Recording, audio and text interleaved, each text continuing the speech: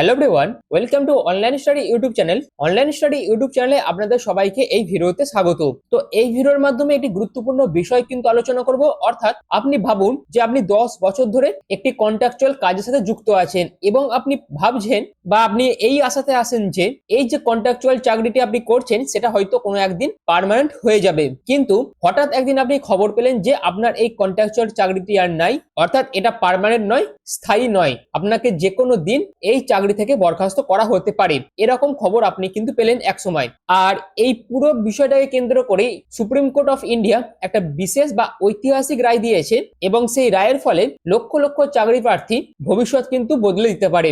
এবং supreme court বলছে এই রায়টা কিন্তু খুবই দরকার ছিল, একটা ন্যায় বিচারের পাওয়ার জন্য এই রায়টির কিন্তু খুবই প্রয়োজন ছিল ভারতবর্ষে। আবার অনেকে বলছে যে এই যে রায় সুপ্রিম কোর্ট দিয়েছে এর ফলে অনেকেই কিন্তু সাফার করবে বা অনেকেরই ভবিষ্যৎ নষ্ট হয়ে যেতে পারে। তো কন্ট্রাকচুয়াল চাকরি কি সত্যিই পার্মানেন্ট হয় না সেটা সম্পূর্ণই একটা ভ্রান্ত ধারণা, এই পুরো বিষয়গুলি আমি আপনাদের কাছে এই ভিডিওর মাধ্যমে আলোচনা করব।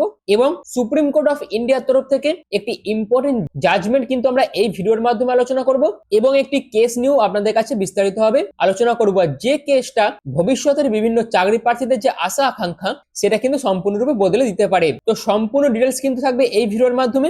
আর সুপ্রিম কোর্ট অফ ইন্ডিয়া কি এমন রায় দিয়েছে এবং কি এমন কেস যাতে supreme Court of India article 142 অর্থাৎ তার যে বিশেষ ক্ষমতা সেটা প্রয়োগ করতে বাধ্য হয়েছে। তো এই সমস্ত কিছু কিন্তু এই ভিডিওর মাধ্যমে থাকবে। যদি ভিডিওটি আপনাদের ভালো লেগে থাকে সেক্ষেত্রে অবশ্যই চ্যানেলটিকে সাবস্ক্রাইব করে পাশে থাকা বেল আইকনটি অবশ্যই অল করে রেখে দেবেন এবং তার পাশাপাশি অবশ্যই ভিডিওটিকে বেশি বেশি করে শেয়ারও করে দেবেন। তো খবর যেটা উঠে আসছে, Supreme Court of India contractual স্টাফদের নিয়ে কিন্তু একটি রায় ঘোষণা করেছে। অ্যাকচুয়ালি এই রায়টা কিন্তু হরিয়ানা হাইকোর্টের একটি কেসের পরিপ্রেক্ষিতে কিন্তু সুপ্রিম কোর্ট এই রায়টা দিয়েছে, যেখানে সুপ্রিম কোর্ট আর্টিকেল 142 অ্যাপ্লাই করে এই জাজমেন্টটা কিন্তু দিয়েছে। তো বর্তমান সময়ে আমরা দেখেছি প্রত্যেকটা রাজ্য সরকারের যে ভ্যাকেন্সি সেটা প্রচুর পরিমাণে থাকা সত্ত্বেও বিভিন্ন রাজ্য সরকার কিন্তু সেই সমস্ত ভ্যাকেন্সি গুলোকে পূরণ করার জন্য কোন রকম নিয়োগ বিজ্ঞপ্তিও প্রকাশ করে না বা রিক্রুটমেন্ট প্রসেসও শুরু করে না। তার ফলে প্রচুর শূন্যপদ যেমন থাকে এবং তার পাশাপাশি যারা সরকারি চাকরির জন্য প্রিপারেশন নেয় সেই সমস্ত স্টুডেন্টরাও কিন্তু সাফার করে। আর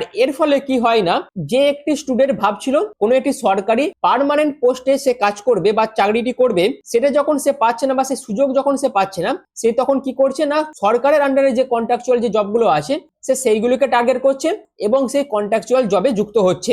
অর্থাৎ সে বাধ্য হচ্ছে কন্ট্রাকচুয়াল চাকরিটি করতে। আর তাদের আশা থাকে এই যে কন্ট্রাকচুয়াল চাকরিতে যারা জয়েন করেছে এটা পরবর্তীকালে হয়তো কোনো এক সময় সরকার এদেরকে পার্মানেন্ট করে দেবে, এরকম একটা আশা নিয়ে তারা কিন্তু বাধ্য হয়ে কন্ট্রাকচুয়াল চুক্তিতে কোনো সরকারি কাজে যুক্ত হয়। এবার আমরা দেখে নিই এই কন্ট্রাকচুয়াল চাকরিটা কি। এখানে অ্যাডহক একটি চাকরি থাকে এবং কন্ট্রাকচুয়াল চাকরি থাকে।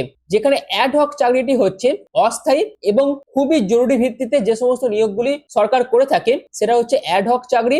এই অ্যাডহক চাকরির মধ্যে কিন্তু সুনির্দিষ্ট কোনো রকম চুক্তি থাকে না। সাধারণত সরকার কি করে না 1 থেকে 6 মাসের জন্য এই অ্যাডহক অস্থায়ী বা জরুরি ভিত্তিতে সরকার নিয়োগগুলো করে থাকে।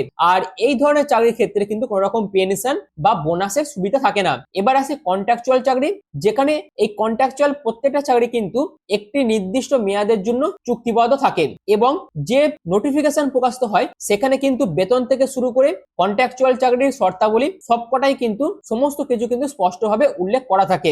আর সাধারণত এই কন্ট্রাকচুয়াল চাকরিগুলি 6 মাস থেকে কয়েক বছর পর্যন্ত কিন্তু চুক্তিগুলি থাকে। এছাড়াও এই সমস্ত কন্ট্রাকচুয়াল চাকরির ক্ষেত্রে ভাতা বা অন্যান্য সুবিধা কিন্তু চুক্তি অনুযায়ী যুক্ত হতে পারে। তো এইগুলো হচ্ছে কন্ট্রাকচুয়াল চাকরির প্রধান প্রধান পয়েন্টস গুলো। অর্থাৎ এই যে দুই ধরনের চাকরি, অ্যাডহক চাকরি আর কন্ট্রাকচুয়াল চাকরি, এই দুই ধরনের চাকরি কিন্তু পেশাদার কেরিয়ারের একটি অংশ হতে পারে। অর্থাৎ এখান থেকে আপনারা এক্সপিরিয়েন্স গেইন করতে পারেন এবং পরবর্তীকালে আপনারা যখন স্থায়ী পদের জন্য পরীক্ষা দেবেন এবং সেখানে যে ইন্টারভিউ হবে তখন আপনারা কিন্তু এই এক্সপিরিয়েন্স বা এই অভিজ্ঞতাটাকে কাজে লাগিয়ে সেই স্থায়ী পদে বা সেই পার্মানেন্ট পোস্টে যে চাকরির পরীক্ষাতে আপনারা বসবেন সেখানে কিন্তু কাজে লাগাতে পারেন। তো এই হচ্ছে পুরো বিষয়টা। অর্থাৎ এই দুই ধরনের চাকরি কিন্তু হয়ে থাকে।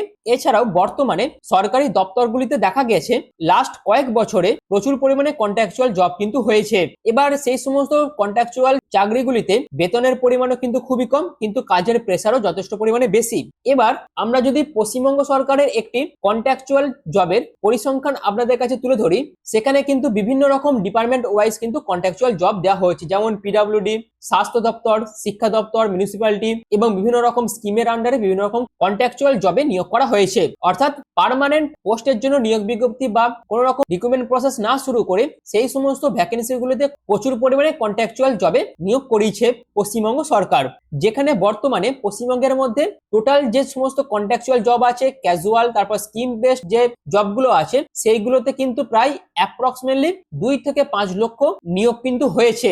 আর যদি আমরা লাস্ট 10 বছরে দেখি, যেখানে কনজারভেটিভ যে সমস্ত স্কিমগুলো হয়, সেখানেই প্রায় 1 থেকে 2 লক্ষ এই কন্ট্রাকচুয়াল জবে নিয়োগ কিন্তু হয়েছে। অর্থাৎ এখান থেকে আপনারা বুঝতেই পারছেন পশ্চিমবঙ্গের বর্তমান অবস্থাটা কি আছে। আর এই যে ডেটাটা আমি আপনাদের কাছে তুলে ধরছি, এটা কিন্তু 2016 আগে এই ডেটাটা ছিল। আর এই 2016 থেকে 2026 এই 10 বছরে এই পরিস্থিতি কিন্তু পুরোটাই পাল্টে গেছে। যেখানে ইঞ্জিনিয়ার থেকে শুরু করে data entry operator, health worker, municipality staff, সমস্ত কিছুতে কিন্তু এখন কন্ট্রাকচুয়াল ভিত্তিতে কিন্তু পশ্চিমবঙ্গে নিয়োগ হচ্ছে। অর্থাৎ এই যে লাস্ট 10 বছর 2016 থেকে 2026, এই লাস্ট 10 বছর কিন্তু পশ্চিমবঙ্গে প্রায় 5 থেকে 7 লাখের বেশি কন্ট্রাকচুয়াল জবে কিন্তু নিয়োগ করা হয়েছে পশ্চিমবঙ্গে। এবং আপনারা প্রত্যেকে জানেন কিভাবে করাপশন করে এই কন্ট্রাক্ট ভিত্তিতে এই নিয়োগগুলো করা হয়েছে, সেই বিষয়ে আপনারা আশা করি প্রত্যেকেই অবগত আছেন। এবার এই যে এত হিউজ পরিমাণে কন্ট্রাক্ট ভিত্তিতে নিয়োগ হয়েছে, সেটা কিন্তু বর্তমানে খুবই চ্যালেঞ্জের সম্মুখীন কিন্তু হতে চলেছে। কারণ এই কন্ট্রাকচুয়াল জবের উপর ভিত্তি করে, অর্থাৎ সুপ্রিম কোর্ট তার বিশেষ ক্ষমতা প্রয়োগ করে এই কন্ট্রাক্ট ভিত্তিতে নিয়োগের উপর যে রায়টি দিয়েছে, তার ফলে কিন্তু এই সমস্ত চাকরিগুলি বর্তমানে কিন্তু একটি চ্যালেঞ্জের সম্মুখীন হতে চলেছে। তো বেসিক্যালি পুরো বিষয়টা যেটা আছে, সেটা হরিয়ানার একটি কেসকে কেন্দ্র করে কিন্তু হয়েছে। যেখানে 2014 সালের হরিয়ানা সরকার 4টি নোটিফিকেশন জারি করেছিল, যার প্রধান উদ্দেশ্যই ছিল অস্থায়ী কর্মীদের স্থায়ী করা। আর এই কর্মীরা ছিলেন কন্ট্রাকচুয়াল, অ্যাডহক ও ডেলি ওয়েজ যে সমস্ত কর্মীদের নিয়োগ করা হয়েছিল, তাদেরকে স্থায়ী করার জন্য 2014 সালে হরিয়ানা সরকার 4খানা নোটিফিকেশন কিন্তু প্রকাশিত করেছিল। এবং এই যে নোটিফিকেশন গুলো প্রকাশিত হয়েছিল, অর্থাৎ 16ই জুন 2014 তারিখে একটি নোটিফিকেশন প্রকাশিত হয়েছিল অস্থায়ী কর্মীদের স্থায়ী করার জন্য, অর্থাৎ পার্মানেন্ট করার জন্য। তারপর 18ই জুন 2014 এবং 7ই জুলাই 2014-তে 2খানা নোটিফিকেশন কিন্তু হরিয়ানা সরকার প্রকাশিত করেছিল। এবার এই যে নোটিফিকেশনটা হরিয়ানা সরকার প্রকাশিত করেছিল, তারপরে এই নোটিফিকেশন গুলোকে নিয়ে কিন্তু হরিয়ানার হাইকোর্টে বা পাঞ্জাবের হাইকোর্টে এইগুলোকে নিয়ে কিন্তু রিট পিটিশন দাখিল করা হয়। এবং হাইকোর্ট এই সমস্ত রিট পিটিশন গুলো দেখে এবং এই রিলেটেড একটি কেসও কিন্তু হরিয়ানার হাইকোর্টে হয়। সেটা হচ্ছে Madan Singh versus state of Haryana case.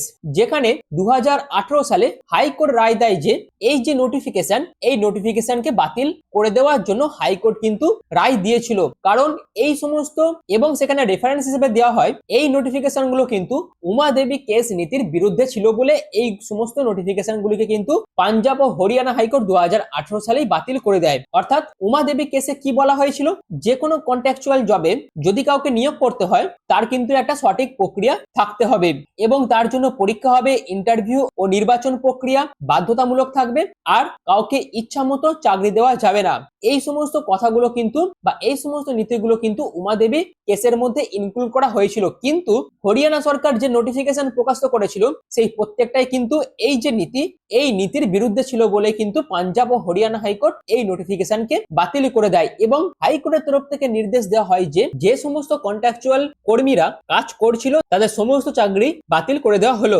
আর এক্ষেত্রে পশ্চিমবঙ্গের মতনই পরিস্থিতি কিন্তু হরিয়ানাতে হলো। তো পশ্চিমবঙ্গে আপনারা দেখেছেন এসএসসি কেসে 26,000 পার্মানেন্ট পোস্টে যারা চাকরি করছিল, দুর্নীতির কারণে তাদের চাকরিকে সম্পূর্ণরূপে বাতিল করে দেওয়া হয়েছিল। ঠিক একই রকম ভাবে এখানেও কিন্তু সেই একই কাজ করা হলো হাইকোর্টের তরফ থেকে। তো 2018 সালে হাইকোর্ট এই যে রায় দিয়েছিল, এই রায়কে চ্যালেঞ্জ করে পিটিশনাররা সুপ্রিম কোর্টে যায়। যেখানে হাইকোর্ট কি নির্দেশ দিয়েছিল, সমস্ত সুবিধা ফিরিয়ে নিতে হবে, অর্থাৎ চাকরি থেকে তো রিজাইন দিতেই হবে, এবং তার সাথে সাথে যত সুবিধা তারা এতদিন ধরে নিয়েছিল, সেই সমস্ত সুবিধাগুলো তাদের ফেরত দিতে হবে। এবং তার পাশাপাশি কর্মীদের 6 মাস এখনো কিন্তু কাজ করতে দেওয়া হবে এবং তারপর আবারও এই সমস্ত পোস্টে নতুন ভাবে নিয়োগ করতে হবে, এই সমস্ত নির্দেশ কিন্তু হাইকোর্ট দিয়েছিল। আর এই সমস্ত নির্দেশের বিরুদ্ধে গিয়ে কিন্তু পিটিশনাররা কি করেছিল না সুপ্রিম কোর্টে গিয়েছিল এবং সুপ্রিম কোর্ট কি করে এই পুরো বিষয়টার উপর ডিভিশন বেঞ্চ তৈরি করে। অর্থাৎ তিনখানা যে নোটিফিকেশন প্রকাশিত হয়েছিল এবং সুপ্রিম কোর্টের ডিভিশন বেঞ্চ সেই তিনখানা নোটিফিকেশন কিন্তু পুঙ্খানুপুঙ্খভাবে বিবেচনা করে এবং বিবেচনা করার পর কিন্তু জাজমেন্ট দেয়। এবং সুপ্রিম কোর্টের তরফ থেকে কি জাজমেন্ট দেওয়া হয়েছে, অর্থাৎ 16 তারিখ অর্থাৎ 16 জুন 2024 যে নোটিফিকেশনটা প্রকাশিত হয়েছিল সেই নোটিফিকেশনে কিন্তু প্রপার রুলস মেনটেন করা হয়েছে। এই পর্যবেক্ষণ কিন্তু সুপ্রিম কোর্টের তরফ থেকে দেওয়া হয়। অর্থাৎ কন্ট্রাকচুয়াল চাকরির ক্ষেত্রে যে রুলস গুলো দেওয়া হয়, অর্থাৎ পার্টিকুলার কোন পদগুলোতে নিয়োগ করা হবে সেইগুলো কিন্তু নোটিফিকেশনের মধ্যে মেনশন ছিল এবং সেই সমস্ত পোস্টে আবেদন করার জন্য কি কি শিক্ষাগত যোগ্যতা প্রয়োজন সেই সম্পর্কে বিস্তারিত তথ্য কিন্তু সেই নোটিফিকেশনে মেনশন ছিল এবং তার পাশাপাশি রিজার্ভেশনের যে রুলস সেটা কিন্তু মানা হয়েছে। অর্থাৎ এই সমস্ত পয়েন্টগুলো যেহেতু সবকিছুই 16 জুন 2014 যে নোটিফিকেশন প্রকাশিত হয়েছিল সেখানে যেহেতু সবকটাই মেনটেন করা হয়েছে, তার জন্যই এই 16 জুন 2014 নোটিফিকেশন অনুযায়ী যতগুলো নিয়োগ হয়েছে সবকটাই কিন্তু ভ্যালিড হবে। এই পর্যবেক্ষণ কিন্তু সুপ্রিম কোর্টের তরফ থেকে দেওয়া হয়। অর্থাৎ 16 এবং 18 তারিখ যে সমস্ত প্রার্থীদের কন্ট্রাক্ট ভিত্তিতে নিয়োগ করা হয়েছিল তাদের সমস্ত চাকরি কিন্তু ভ্যালিড, এই পর্যবেক্ষণ কিন্তু সুপ্রিম কোর্টের তরফ থেকে দেওয়া হয়। কিন্তু সুপ্রিম কোর্ট বলে জুলাই মাসের 7 তারিখে যে নোটিফিকেশন প্রকাশিত করা হয়েছে সেটা কিন্তু সম্পূর্ণ অবৈধ একটি নোটিফিকেশন। অর্থাৎ সেই নোটিফিকেশনে যে সমস্ত কর্মচারীদের পোস্ট দেওয়া ছিল কোনোটাই ভ্যালিড হবে না, কারণ এই সমস্ত পোস্টের জবের জন্য কোনো রকম অ্যাডভার্টাইজমেন্ট অর্থাৎ কোনো রকম বিজ্ঞাপন কিন্তু ছিল না, কোনো পরীক্ষা বা ইন্টারভিউ কিন্তু এই পোস্টের জন্য হয়নি। এছাড়াও 10 বছরের যে সার্ভিসের শর্ত সেটাও কিন্তু পূরণ করা হয়নি এই নোটিফিকেশনে এবং এই প্রত্যেকটাই কিন্তু উমা দেবী কেসের যে নীতি ছিল সেই প্রত্যেকটা নীতির কিন্তু লঙ্ঘন করেছে। তার জন্যই কিন্তু 7 জুলাই যে নোটিফিকেশন প্রকাশিত করা হয়েছিল এবং সেই নোটিফিকেশন অনুযায়ী যে নিয়োগগুলো হয়েছে সবগুলোই কিন্তু অবৈধ ঘোষণা করা কিন্তু সুপ্রিম কোর্টের তরফ থেকে হয়েছে।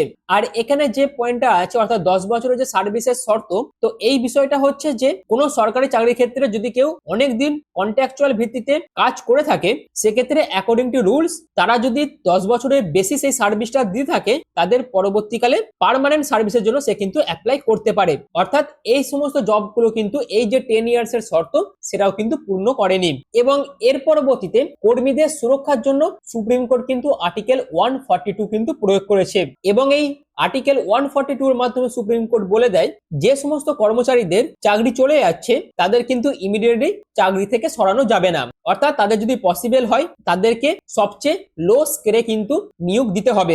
অর্থাৎ হাইকোর্ট যেটা বলেছিল তাদের চাকরি সম্পূর্ণরূপে বাতিল করে দেওয়া হবে, কিন্তু সুপ্রিম কোর্ট বলেছে তাদের চাকরি থেকে সরানো যাবে না, কিন্তু যতটা সম্ভব সবচেয়ে লো স্কেলে তাদের যাতে নিয়োগ দেওয়া যেতে পারে সেই বিষয়ে কিন্তু পর্যবেক্ষণ সুপ্রিম কোর্ট 142 ধারা প্রয়োগ করে রায় কিন্তু দিয়েছে। এবং তার পাশাপাশি আরো একটি কথা কিন্তু সুপ্রিম কোর্টের তরফ থেকে বলা হয় তাদের কিন্তু সিনিয়রিটি বেসিসে কোনো রকম বাড়তি সুযোগ সুবিধা দেওয়া কিন্তু যাবে না। তো এই তিনখানা পর্যবেক্ষণ কিন্তু 142 ধারা প্রয়োগ করার মাধ্যমে সুপ্রিম কোর্ট দিয়েছে। অর্থাৎ বর্তমানে তারা যে স্কেলে চাকরি করছে সেই স্কেল থেকে নামিয়ে আরো নিচু কোনো স্কেলে তাদের নিযুক্ত করতে হবে, এই পর্যবেক্ষণে কিন্তু সুপ্রিম কোর্ট দিয়েছে। তো আপনারা বুঝতেই পারছেন সুপ্রিম কোর্টের তরফ থেকে এটি কিন্তু খুবই বড় একটি জাজমেন্ট। আর এই পুরো বিষয়টা যদি আমরা পশ্চিমবঙ্গের বেসিসে অ্যানালিসিস করি সেক্ষেত্রে বিষয়টা কিন্তু খুবই গুরুত্বপূর্ণ, কারণ পশ্চিমবঙ্গ যেহেতু প্রচুর সংখ্যক নিয়োগ হয়েছে এই কন্ট্রাক্ট ভিত্তিতে তার জন্য পশ্চিমবঙ্গের জন্য কিন্তু বিষয়টা খুবই গুরুত্বপূর্ণ।